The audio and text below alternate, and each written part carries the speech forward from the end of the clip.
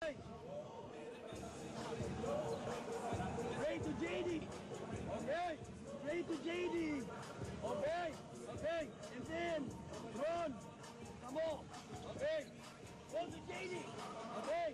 Now. JD. Alex, look at this. JD. Okay. Run. Mark.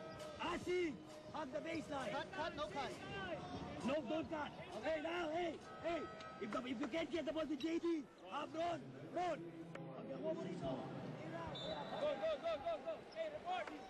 Ayun. Well, there were a lot of mention of JD. A lot of things can happen. You might expect that Pure Foods TJ Giants try to take out the ball out of Jason Dixon's hands, or JD. Pero andito na si Ralimi. Gallant effort after suffering from cramps for a long period of time. He's there to go up against the import of the Coca-Cola Tigers. For one last defensive stop. At tumawag na isang timeout itong si Alex Cavagnots. Only a 30-second timeout. That's right, dahil hindi niya nagustuhan yung mga options dun sa play na yon. Doesn't want to take the risk. At saka wala ng timeout itong Coca-Cola Tigers. Tandaan natin, any foul will bring the Tigers to the free throw line. Kaya ayaw rin mag-foul itong Pure Foods TJ Giants. Narinig natin kanina si Coach Binky Favis, if the ball cannot get to JD, they're looking for Ron J. Buenafe. Well, you know, everybody has to be ready to get that basketball and shoot. You know, dahil if things doesn't work doon sa play na gusto nila, somebody has to step up. Ito na ngayon, the bola na nga, kay Ron J. na. He looks at the clock. 5 seconds. Ron J. Buenafe, sumaksak sa loob. Ron J. Buenafe. Wala. Coca-Cola looking for a foul, but they still have 1.7 seconds remaining. Baseline inbound. Wala ng timeout on Coca-Cola. They'll have to play it through. Remember the tip-in of Jason Dixon in their first meeting. Will that happen again to force overtime? 1.7 seconds remaining. Everybody's on their feet dito po sa Big Dome. Nakapagal gets it and shoots. And that is short.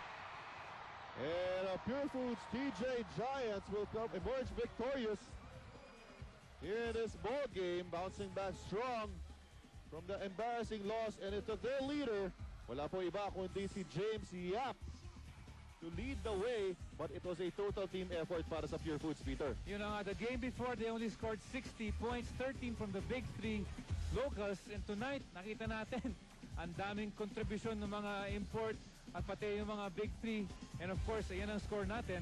Yan po, 100-98, a victory for the Pure Foods TJ Giants, who has regained their pride dito po sa ating ball game. At the Coca-Cola Tigers was slumped to another defeat. And in the meantime, titingnan natin itong ating Gatorade game turning point.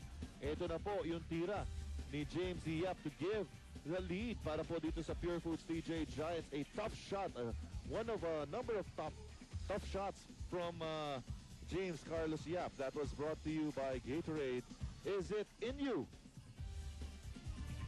And so, ang best player na rin, Peter? Oh, syempre naman si James Yap, after coming from a bad loss, he bounces back and beats the #1 team sa PBA, yung Coca-Cola Tigers, 31 and 50% from beyond the arc.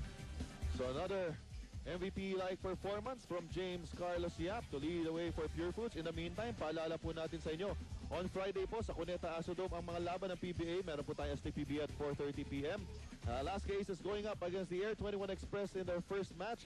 And our second match po, the Santa Lucia Realtors goes up against the Barangay Ginebra Gin Kings. And that will do it for our coverage for today, mga kaibigan. In behalf of Magumar John, Miss Peaches Almarin, our team producer Nico Halili, and my partner Peter Martin, ako po si Richard De Rosario. Thank you very much for watching.